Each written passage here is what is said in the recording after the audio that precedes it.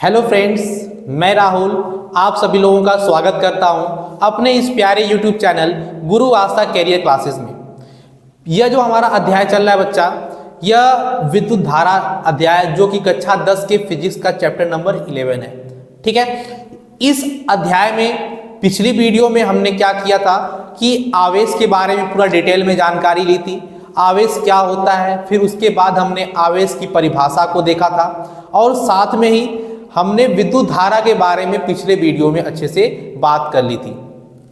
आज का जो लेक्चर होगा हमारा बच्चा, हमने पिछली वीडियो में हमने बता दिया था आपको कि आज के लेक्चर में हम विभव के बारे में पढ़ेंगे, विभवांतर के बारे में पढ़ेंगे और भी जो चीजें हैं जैसे प्रतिरोध हो गया, प्रतिरोध को प्रभावित करने वाले कारक कौन कौन से हैं, इन सभी टॉपिक्स को आज की वीडियो में हम कवर करने वाले हैं। ठीक है, तो चलिए स्टार्ट करते हैं अपने इस प्यारे से सेशन को। यदि मेरी वीडियोस आपको अच्छी लग रही हो तो प्लीज लाइक से और सब्सक्राइब जरूर कीजिएगा और बेल आइकन को दबाना नहीं भूलिएगा। ठीक है, तो चलिए बिना टाइम गवाए अपने लेक्चर को स्टार्ट करते हैं। आज का जो हमारा टॉपिक है बच्चा, आज का टॉपिक है हमारा विभव। विभव का मतलब इलेक्ट्रिक पोटेंशियल। विभव क्या होता है, जरा एक बात को ध्यान से समझना। चलिए समझते हैं हम लोग। ये हमारे पास मान लो कोई एक क्षेत्र है, ठीक है, एक एरिया है। ये क्या है बच्चा, एक क्षेत्र है, एक एरिया है। इस ठीक है, ये एक क्षेत्र है। इस क्षेत्र को नाम देंगे हम क्या, विद्युत क्षेत्र। क्या नाम देंगे बच्चा, विद्युत क्षेत्र।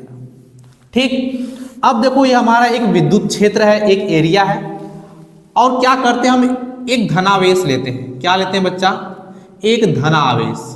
धनावेश, धनावेश क्या होता है, एक ऐसा आवेश जिसके ऊपर धन हो, यानी पॉजिटिव चार्ज हो। ठीक है, एक हम धनावेश ले रहे हैं। मान लो हमारे पास कोई क्यू आवेश है और वो कैसा है, धनावेश है। और यह जो धनावेश है यह कहां पर स्थित है बच्चा, यह हम मान लेते हैं कि जो धनावेश है हमारा यह अनंत पर स्थित है। आसान से आपको यह डिफिनेशन याद हो जाएगा, बस मेरी वीडियो को ध्यान से देखिएगा। हमने क्या बोला कि एक विद्युत क्षेत्र ले रहे हैं और एक धनावेश ले रहे हैं और वह जो धनावेश है बच्चा वह आपका अनंत पर स्थित है। ठीक है, बात क्लियर है कि यह जो धनावेश हमने लिया है यह धनावेश आपका अनंत पर स्थित है। अब हमको क्या करना है, इस धनावेश को, यह जो धनावेश हमने लिया है इस धनावेश को अनंत से उठा के कहां लाना है, विद्युत क्षेत्र में। अनंत से कहां लाना है बच्चा, विद्युत क्षेत्र में। तो जब किसी धनावेश को अनंत से उठाकर विद्युत क्षेत्र में लाया जाता है, ठीक है, फिर से सुनना, जब धनावेश को अनंत से लेकर उठाकर लाओ और फिर कहां ला के रख दो उसे, विद्युत क्षेत्र में, तो विद्युत अनंत से विद्युत क्षेत्र में लाने में जो कार्य किया जाएगा बच्चा, यानी हमने क्या बोला, धनावेश को अनंत से लाने में जो कार्य किया जाएगा यही कार्य क्या कहलाएगा बच्चा, आपका विभव कहलाएगा। बात क्लियर है। हमने क्या बोला आपको कि एकांक धनावेश को, एकांक धनावेश है, यह धनावेश है, इस धनावेश को अनंत से, ठीक है, इस धनावेश को अनंत से विद्युत क्षेत्र में लाने में जो कार्य किया जाता है उसी कार्य को बोलते हम लोग विभव। बात क्लियर हो गई बच्चा, लिखे इसी बात को। चलिए लिखते हम लोग, एकांक धनावेश को, एकांक धनावेश को, एकांक धनावेश को अनंत से, एकांक धनावेश को अनंत से विद्युत क्षेत्र में, विद्युत क्षेत्र में लाने में किया गया कार्य, लाने में किया गया कार्य, किया गया कार्य क्या कहलाता है बच्चा, आपका विभव कहलाता है, विभव कहलाता है। बात क्लियर है, विभव कहलाता है। ठीक, हमने क्या बोला, एकांक कोई धनावेश रहेगा भाई साहब हमारे पास। मान लो कोई एक, फिर से समझ लो इस बात को, कोई एकांक धनावेश है धन आवेश का मतलब प्लस का Q चार्ज हमारे पास है। यह कहाँ पर स्थित है भाई साहब, यह हमारा अनंत पर स्थित है। अनंत से कहाँ उठाकर लाना है इसको, यह अनंत से उठकर कहाँ आएगा, किसी विद्युत क्षेत्र में आएगा। और जब इसको विद्युत क्षेत्र में लाया जाएगा, अनंत से उठा के विद्युत क्षेत्र में इस Q आवेश को, तो कोई ना कोई कार्य किया जाएगा और वही कार्य क्या कहलाएगा बच्चा, विभव कहलाएगा। बात क्लियर हो गई होगी हमारे ख्याल से। अब चलिए इसके फार्मूले को देखते हैं। सबसे पहले विभव को सुन लो कि विभव को प्रदर्शित कैसे करते हैं। तो जो विभव होता है बच्चा, इसे V से प्रदर्शित करते हैं, इसे कैपिटल V से प्रदर्शित करते हैं, प्रदर्शित करते हैं। ठीक, और तीसरा पॉइंट नोट करना, इसका मात्रक,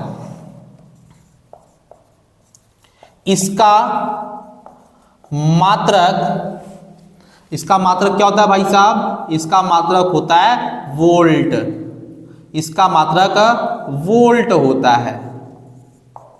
ठीक है, इसका मात्रक वोल्ट होता है, इसे V से प्रदर्शित करते हैं। यह बात क्लियर है। इसका फार्मूला क्या होता है, V इज इक्वल टू, यानी V यानी विभव बराबर जो होता है किया गया कार्य यानी W, और इसको भाग देते हैं बच्चा हम लोग आवेश से। जो धनावेश हमने लिया था ना, उस आवेश से हम क्या करते हैं, इसको भाग दे देते हैं, तो हमारा क्या निकल के आता है, विभव निकल के आता है। ठीक, यहां पर लिख देंगे जहां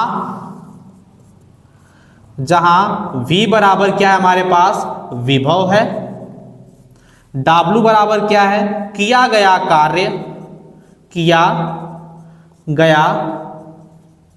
कार्य, और Q क्या है, धनावेश, या फिर कह सकते हो इसे एकांक धनावेश।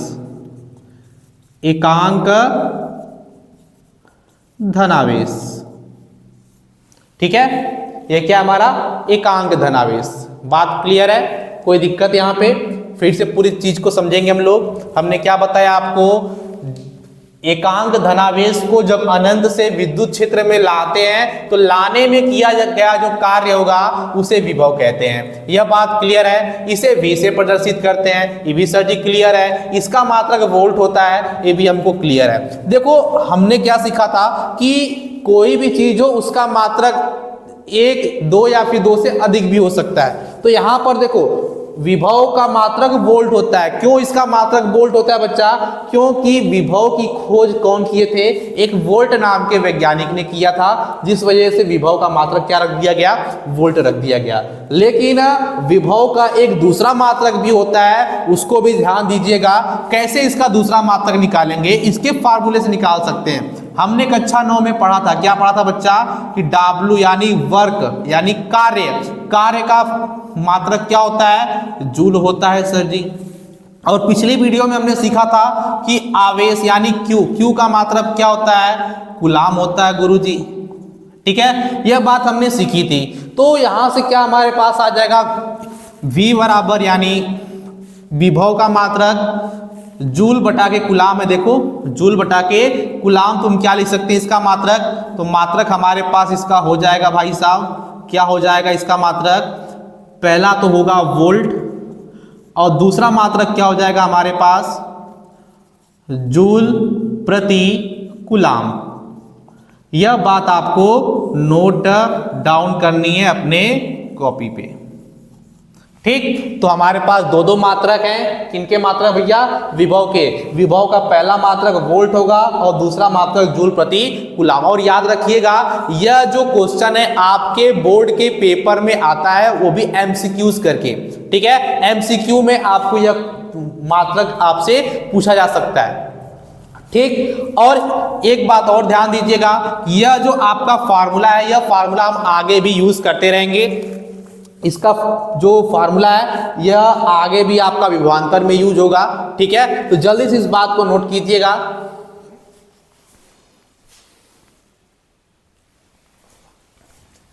चलिए फ्रेंड्स, अब हम स्टार्ट करते हैं अपने दूसरे टॉपिक को। हमारा दूसरा टॉपिक क्या है, विद्युत विभवांतर। विद्युत विभवांतर क्या होता है, इसको पहले समझेंगे और फिर इसका डिफिनीशन लिखेंगे। ठीक है, तो यहां ध्यान दीजिएगा। मान लो हमारे पास कोई एक तार है, ये हमारे पास क्या बच्चा, तार है। ठीक है। ये हमारे पास तार है, यह तार का एक सिरा है और यह तार का दूसरा सिरा है, ठीक है। यह तार है, तार का एक सिरा और यह तार का दूसरा सिरा है, यह ए पॉइंट यह बी पॉइंट है। तो क्या करना है, तार के ए पॉइंट से एक एकांक धनावेश ले लेना है। क्या लेना है बच्चा, एकांक धनावेश। एकांक धनावेश को एक बिंदु से दूसरे बिंदु तक क्या करना है, इसको लेकर जाना है, ठीक है। हमको क्या करना है, एकांक धनावेश को किसी तार में एक जगह से दूसरे जगह तक लेकर जाना है। तो एक जगह से दूसरे जगह तक जब इस एकांक धनावेश को लेकर जाओगे तो कोई ना कोई कार्य किया जाएगा बच्चा, और यही कार्य जो होता है आपका कहलाता है विद्युत विभवांतर। बात क्लियर है। हमने क्या बोला कि मान लो हमारे पास कोई एक तार है, धारावाही चालक तार है जिसमें विद्युत धारा बहती है, उसके एक सिरे से क्या कर रहे हैं, एक एकांक धनावेश ले लें और उस एकांक धनावेश को एक बिंदु से दूसरे बिंदु तक लेकर जाएं। तो एक बिंदु से दूसरे बिंदु तक जाने में जो कार्य किया जाएगा वही कार्य कहलाएगा बच्चा विद्युत विभवांतर। बात समझ में आई? फिर से सुनिएगा, हमने क्या बोला कि जैसे मान लो हमको यहाँ से वहाँ तक जाना है, तो हम एक जगह से दूसरी जगह तक जाएंगे तो हमारे द्वारा कुछ ना कुछ कार्य किया जाएगा, भले कार्य कैसा हो, चलने वाला ही हो, लेकिन कोई तो कोई कार्य किया जाएगा। तो वही बात है बच्चा कि हमने क्या किया, एक एकांक धनावेश लिया, उसको एक बिंदु से दूसरे बिंदु तक ले गए। तो एकांक धनावेश को जब एक बिंदु से दूसरे बिंदु तक लेकर जाते हो तो उस आपके द्वारा एक कार्य किया जाएगा, इस एकांक धनावेश के द्वारा कोई ना कोई कार्य किया जाएगा, और यही कार्य कहलाएगा आपका विद्युत विभवांतर, ठीक है। लिखें इस बात को, चलिए लिखते हैं। जब किसी धारावाही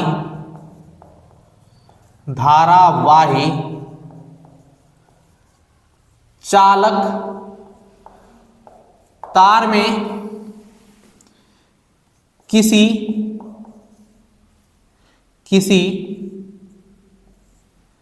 एकांक धनावेश को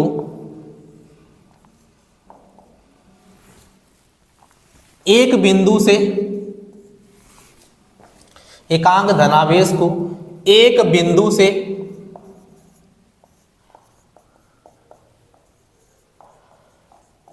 दूसरे बिंदु तक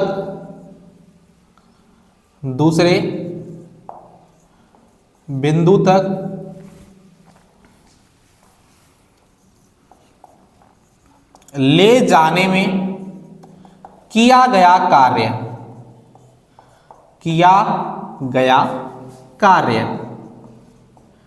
विद्युत विभवांतर कहलाता है। विद्युत विभवांतर कहलाता है। विद्युत विभवांतर कहलाता है। बात क्लियर है बच्चों? एकांक धनावेश को एक बिंदु से दूसरे बिंदु तक ले जाने में जो कार्य किया जाता है वही कार्य क्या कहलाएगा, आपका विद्युत विभवांतर। ठीक, ये हमने सीख लिया। इसके बाद चलिए देखते हैं इसके मात्रक को। ठीक है, इसका मात्रक क्या क्या होता है, इसके मात्रक को देखेंगे। ठीक है, इसको किस क्रम में जोड़ा जाता है यह हम सीखेंगे। ठीक है, तो चलिए स्टार्ट करते हैं, आगे देखते हैं हम लोग। देखो, सबसे पहले इसे डेल्टा V से प्रदर्शित करते हैं। डेल्टा V से प्रदर्शित करते हैं,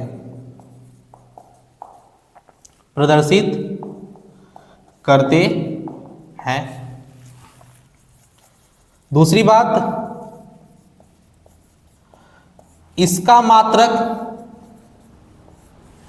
मात्रक वोल्ट होता है। वोल्ट होता है। और तीसरी बात हमको क्या ध्यान देनी है भैया, इसका formula delta V is equal to, यह भी क्या होगा, W अपॉन में Q होगा। बात क्लियर हो गई होगी कि जहां पर V क्या है, विद्युत विभवांतर, W क्या है, किया गया कार्य, और Q क्या है, आपका आवेश। तो यहां पर हम लिख देंगे जहां जहां डेल्टा V बराबर विद्युत विभवांतर,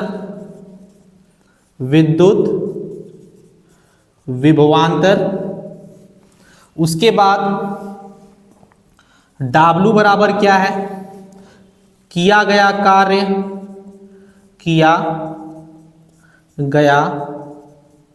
कार्य, और वहीं पर Q क्या है बच्चा हमारे पास, Q हमारे पास है एकांक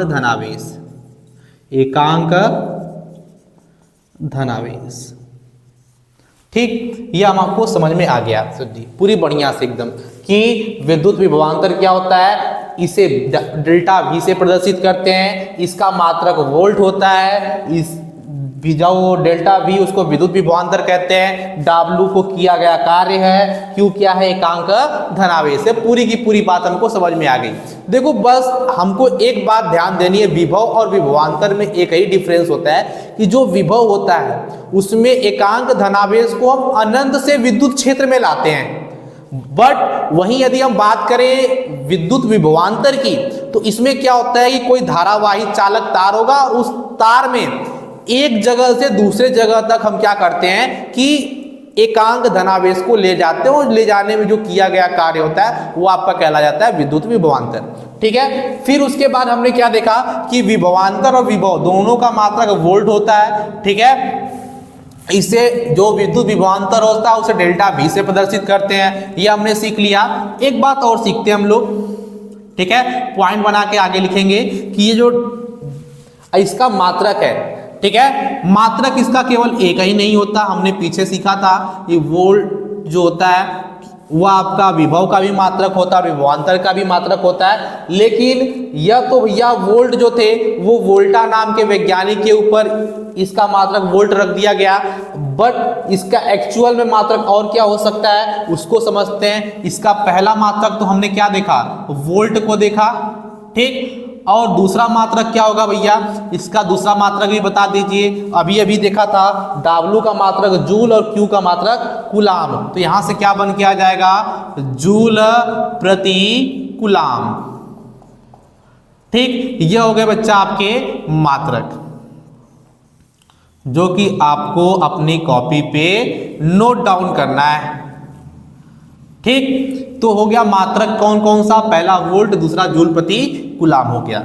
और अगली बात नोट करना, अगली बात क्या नोट करनी है भैया कि ये जो विद्युत विभवांतर होता है इसे हम वोल्ट मीटर से मापते हैं। किससे मापते हैं बच्चा, वोल्ट मीटर से, इसे वोल्ट मीटर से मापते हैं, वोल्ट मीटर से मापते हैं। अच्छा, जरा आप लोग बताइएगा कि आपके घरों में किनके किनके घरों में समरसेबल लगा है।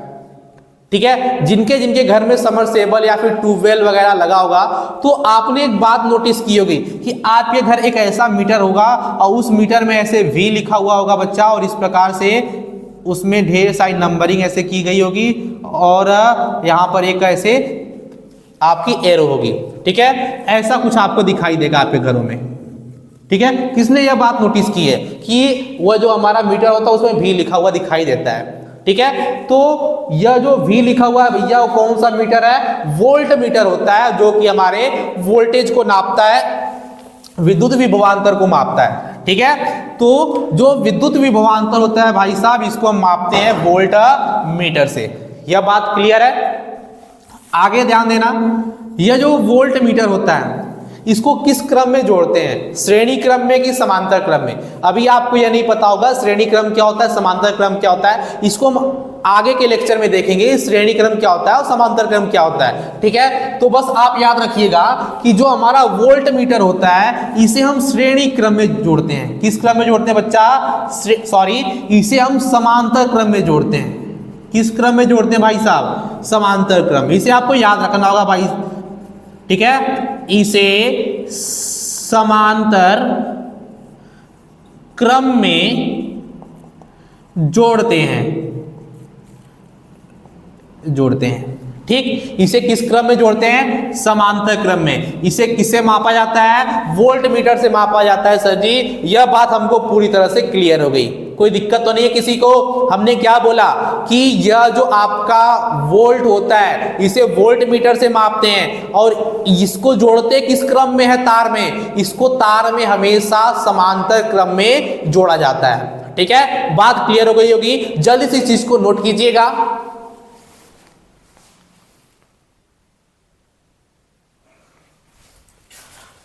आपने नोट कर लिया था, अब चलते हैं आगे। ठीक है, हमारा विद्युत विभवांतर में आगे बढ़ते हैं। आगे हमको क्या देखना है?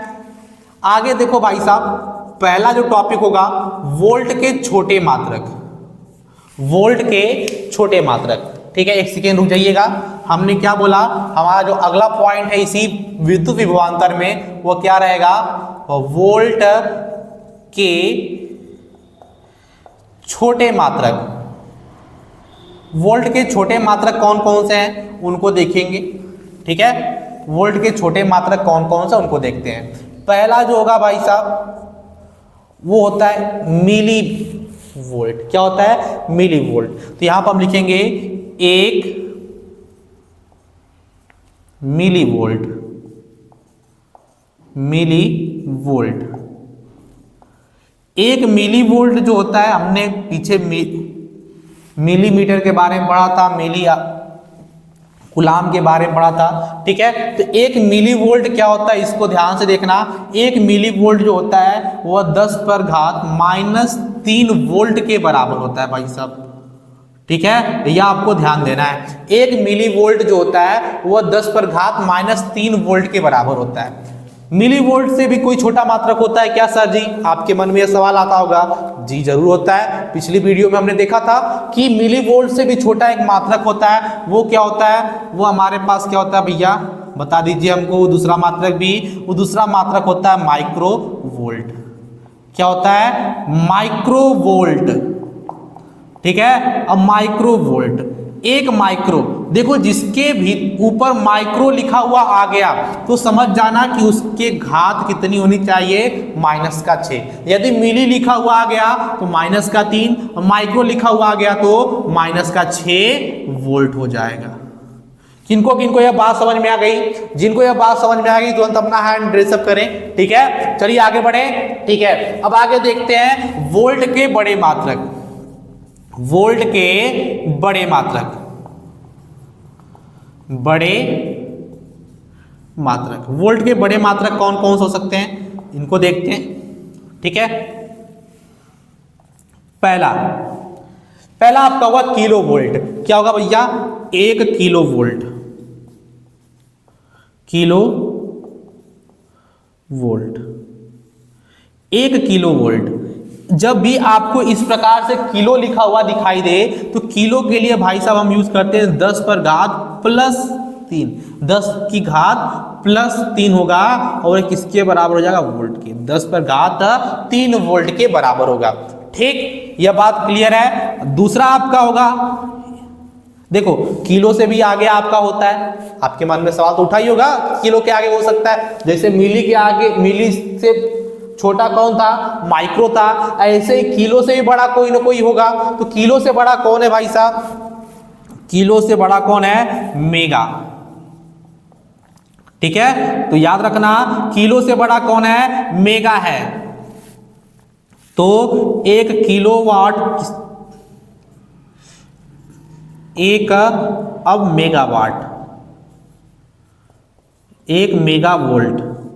मेगा वोल्ट किसके बराबर होगा? तो याद रखना जैसे यहां पर -3 किए थे ऐसे ही माइक्रो में -6 हो गया था। तो जो मेगा लिखा हुआ आएगा तो मेगा के साथ हम कर देंगे 10 पर घात +6 वोल्ट। यह बात सबके समझ में आ गई? हमने क्या बोला? वोल्ट के छोटे मात्रक में पहला आपका मिली वोल्ट, दूसरा माइक्रो वोल्ट, तीसरा आपका किलो वोल्ट और चौथा मेगा वोल्ट। यह आपको नोट करना है। जल्दी से इस बात को नोट कीजिएगा।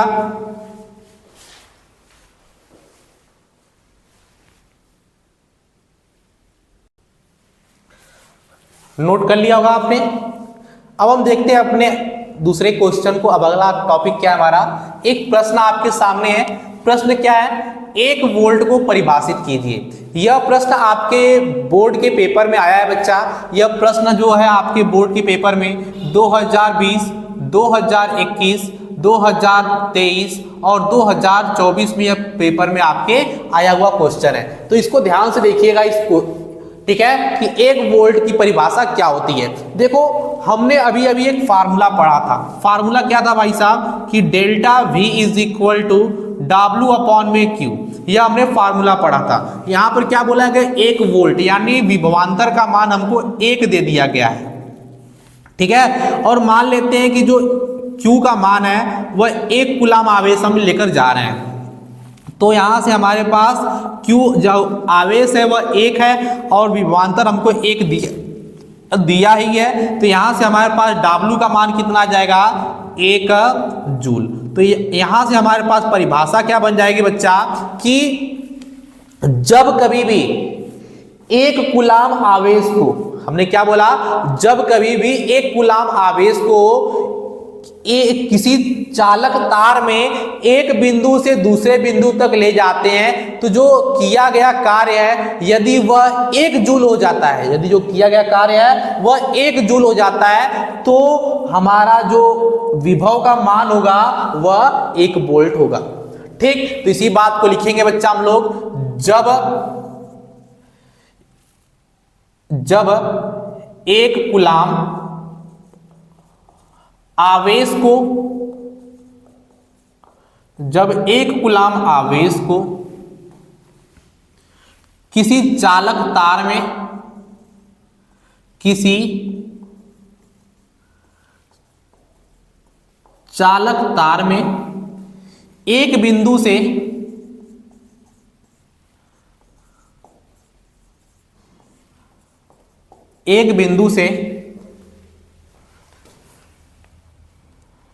दूसरे बिंदु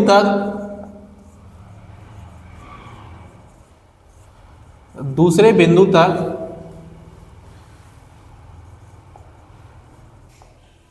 ले जाया जाता है, तब यदि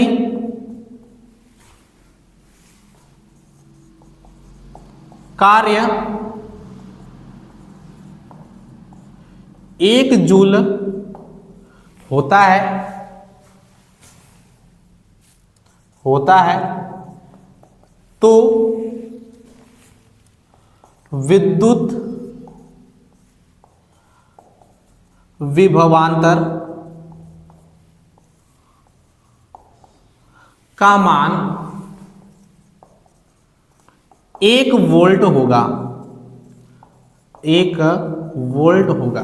देखो हमने क्या लिखा कि जब 1 कूलाम आवेश को किसी चालक तार में, यानी 1 कूलाम आवेश को लेना है, और जैसे देख लो ये हमारा कोई चालक तार है, इस चालक तार में यह हमारा A वाला सिरा या हमारा B वाला सिरा, यहाँ से एक धनावेश को लेना है। इस धनावेश को एक बिंदु से दूसरे बिंदु तक लेकर जाना है, और एक बिंदु से दूसरे बिंदु तक ले जाने में जो हमारा कार्य किया जाएगा वह कार्य मान लो यदि 1 जूल हो जा रहा है, तो जो विद्युत विभवांतर उत्पन्न होगा उस विद्युत विभवांतर को बोलेंगे बच्चा 1 वोल्ट।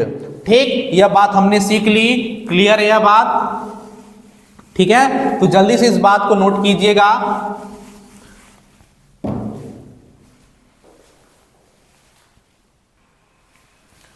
नोट कर लिया था आपने? चलिए अब हम देखते हैं अपने दूसरे क्वेश्चन को। दूसरा क्वेश्चन क्या है बच्चों? 5 कूलाम वाले एक विद्युत आवेश को विद्युत क्षेत्र में एक बिंदु से दूसरे बिंदु तक ले जाने में 25 जूल ऊर्जा खर्च करनी पड़ती है। यदि पहले बिंदु का विभव 10 वोल्ट हो तो दूसरे बिंदु का विभव कितना होगा? ठीक है, यह बात आपसे पूछ ली गई है। तो देखो क्या बोला गया है, पर हल इसका देखते हैं, इसका सॉल्यूशन देखते हैं हम लोग। सॉल्यूशन क्या बनेगा बच्चा? सबसे पहले क्या बोला है? 5 कूलाम वाला एक विद्युत आवेश है, यानी Q का मान जो है हमको 5 कूलाम दिया गया है। ठीक है, यही तो होता है, कूलाम का मतलब क्या होता है? आवेश। ठीक, एक 5 कूलाम का आवेश है, ठीक है, एक बिंदु से दूसरे बिंदु तक ले जाने में 25 जूल ऊर्जा खर्च करनी पड़ती है। जूल किसका मात्रक होता है, या तो ऊर्जा का या तो कार्य का, यानी 25 जो मान है किसका भाई साहब मान है, वह W का मान है 25 जूल। ठीक, फिर आपसे क्या बोला है, यदि पहले बिंदु का विभव, पहले बिंदु का मतलब क्या, V1 का मान हमको दिया गया है 10 वोल्ट, ठीक, तो दूसरे बिंदु का विभव कितना होगा, हमसे V2 का मान पूछ लिया है। देखो अब इसको निकालेंगे कैसे, यह दिक्कत हमारे सामने आन पड़ी। तो एक बात ध्यान देना बच्चों, आप चाहो तो साइड में इसको लिख सकते हो, साइड में क्या कि डेल्टा V जो होता है, ठीक है, ये जो डेल्टा V होता है इसको हम लिखते हैं V2 माइनस V1, ठीक है, ये जो डेल्टा V होता है इसको हम लिखते हैं V2 माइनस V1, इसको आप ध्यान दीजिएगा। अब चलते हैं इसको लगाते हैं फार्मूले को, तो यहां से हमारे पास delta V is equal to, हमने एक बात पढ़ी थी, ठीक है, यहां आप लिखेंगे हम जानते हैं कि, हम जानते हैं कि, क्या जानते हैं बच्चा, कि डेल्टा V बराबर होता है W बटा के Q।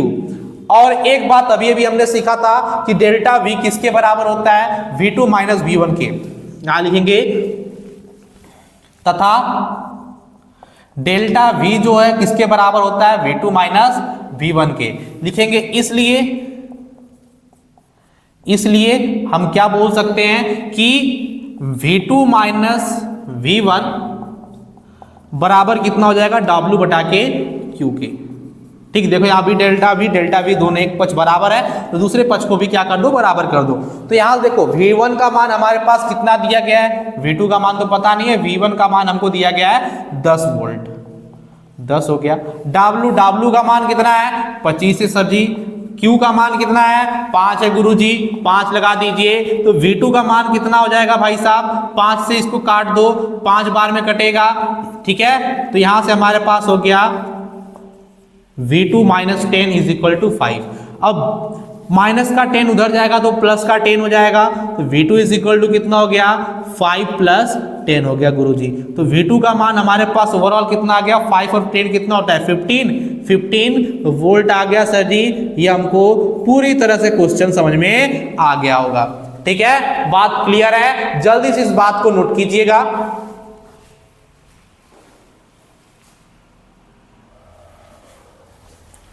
चलिए अब हम देखते हैं आगे के टॉपिक को।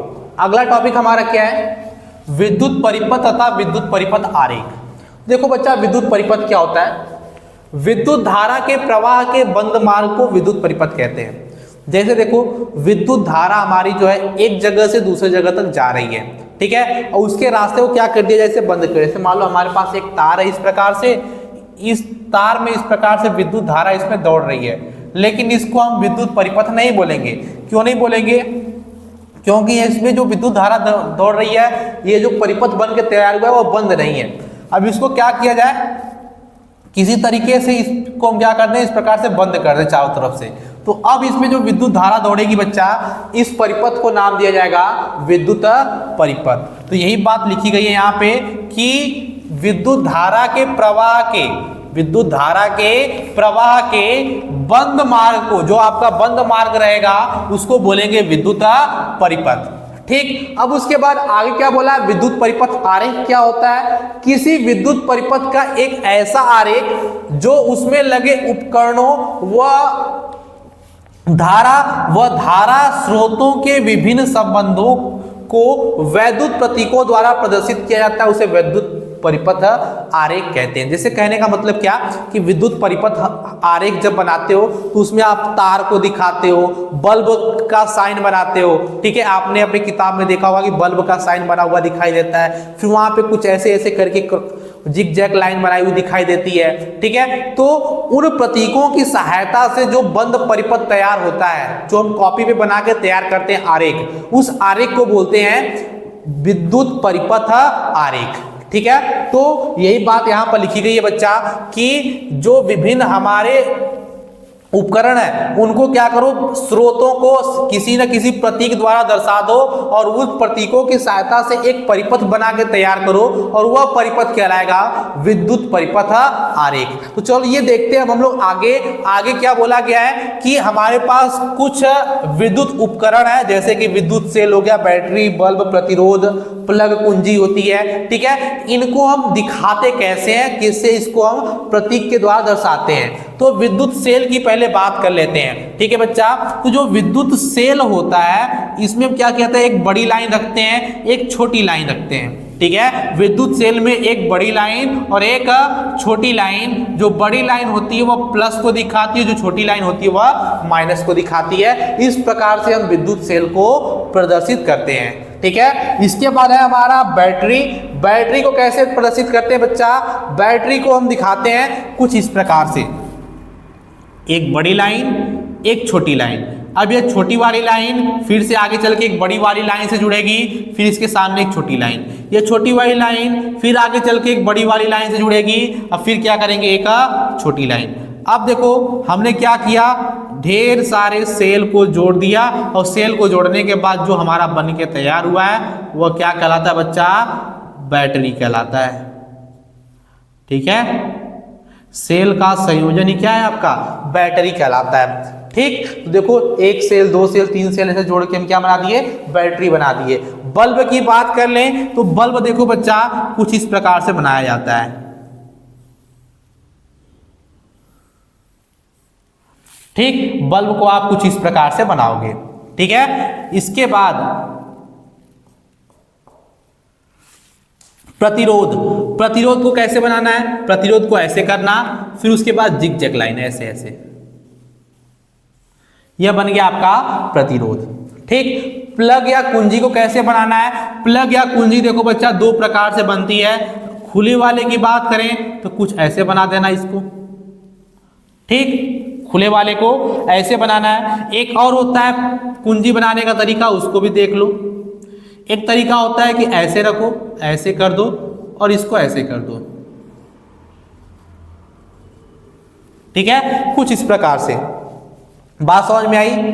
प्रतिवर्ती धारा नियंत्रक कैसे बनाते हैं, धारा नियंत्रक को बनाने का तरीका क्या है कि आपको इस प्रकार से प्रतिरोध लेना है, ठीक है, और ऐसे इसको काट देना है कि क्या बन जाएगा, धारा नियंत्रक, ठीक है, या फिर प्रतिवर्ती धारा। इसको एक तरीके से और बनाते हैं बच्चा, ये इसका दूसरा तरीका देख लो। दूसरा तरीका क्या है कि आप क्या करो, यह जो प्रतिरोध था इसको ऐसे रखो और इसके ऊपर से एक तीर लाके ऐसे कर दो, तो यह भी क्या कहलाएगा, आपका धारा नियंत्रक कहलाएगा, ठीक है। इसके बाद प्लग कुंजी या फिर बंद जो होती है प्लग कुंजी, उसको देखते हैं। इसमें क्या करते हैं, यह ऐसे ऐसे रहता है और इसके बीच में एक पॉइंट बना दो तो ये आपको दिखा देगा बंद कुंजी को, ठीक है। वहीं यदि इस फॉर्मेशन में दिखाना जाए तो कैसे दिखा सकते हैं, कुछ इस प्रकार से,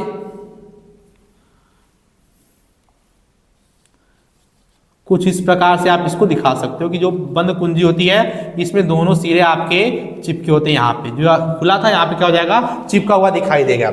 इसके बाद क्या है बच्चा, तार संधि। क्या है हमारा, तार संधि। संधि सही से लिख दे रहे हैं यहाँ पे, तार संधि। तार संधि को कैसे दिखाते हैं, जैसे मान लो कोई एक तार आ रहा है, इससे हमको दूसरे तार को जोड़ना है, तो इस वाले तार को यहां पर लाओ और इसको क्या करो, इस प्रकार से जोड़ा हुआ दिखा दो, ये हो जाएगा आपका तार संधि, ठीक है। जल्दी से इस बात को नोट कीजिएगा। और भी आपके प्रतीक होते हैं, इसको हम अभी कुछ देर बाद उसको भी देखेंगे, जल्दी से इसे नोट कीजिए।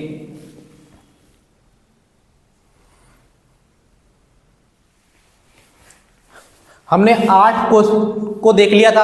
अब चलते हैं अपने 9वें, 10वें और 11वें प्रतीक की ओर, ठीक है। 9वां प्रतीक हमारा क्या है, तार क्रॉसिंग, 10वां है अमीटर और 11वां है वोल्टमीटर, ठीक है। तो 9वां तार क्रॉसिंग को कैसे दिखाते हैं, जैसे मान लो नीचे कोई एक हमारे पास इस प्रकार से तार है और ऊपर से एक तार आ रहा है, इसको हमको दिखाना है कि यह जो तार है इसमें कनेक्ट नहीं है, इसको पार करके चला जा रहा है। तो कॉपी में कैसे दिखाना है बच्चा, कुछ ऐसे कर दो और ऐसे कर दो, ये हो जाएगा आपका तार क्रॉसिंग, ठीक, यानी तार को यह क्रॉस करके जा रहा है। अमीटर को कैसे दिखाते हो, आपको क्या करना है, ऐसे गोला बनाना है, इसके भीतर ए लिख देना है, ऐसे कर दो, ऐसे कर दो, और यहाँ प्लस यहाँ पर माइनस, यह आपका अमीटर बनके तैयार हो जाएगा।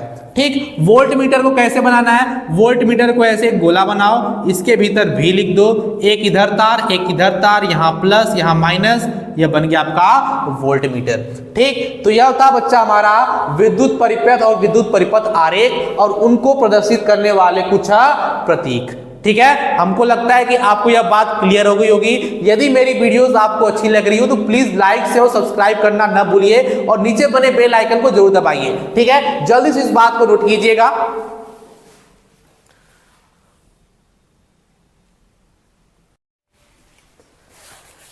आपने सभी प्रतीकों को देख लिया, चलिए अब इन प्रतीकों से एक दो फिगर बना के देखते हैं। ठीक है, कि कैसा हमारा फिगर बनके तैयार होता है, कैसा हमारा बंद परिपथ बनके तैयार होता है। तो चलिए ध्यान देते थोड़ा इसको हम।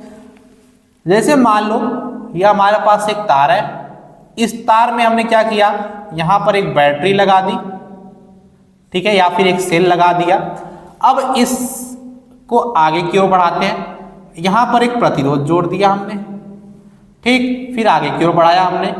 ठीक है, तो यहां प्रतिरोध न जोड़ के एक इस प्रकार से अमीटर लगा देते हैं। ठीक है, ये हमारा प्लस सिरा, यह हमारा माइनस सिरा। आगे बढ़ा जब यह लाइन, ठीक है, तो यहां पर क्या किया हमने, एक प्रतिरोध लगा दिया, इसको और आगे बढ़ाते हैं, और यहां पर हमने क्या किया, एक बल्ब लगा दिया। ठीक, बल्ब लगाने के बाद क्या करो, यहां पर एक स्विच लगा देते हैं, वो भी तुम लगा सकते हैं। ठीक, कुछ इस प्रकार से ये हमारी स्विच लग के तैयार हो गई, यह प्लस या माइनस। ठीक है, विद्युत धारा प्लस से बहना स्टार्ट करती है और माइनस सिरे की ओर जाती है, यह हमने पिछली वीडियो में सीख लिया था। तो विद्युत धारा ऐसे बह के जाएगी, जब ऐसे बह के जाएगी तो यह क्या हो जाएगा बच्चा, यह बल्ब हमारा जलना शुरू हो जाएगा। ठीक, तो इस प्रकार से बच्चा हमारा बन के तैयार क्या होता है, कोई भी बंद परिपथ।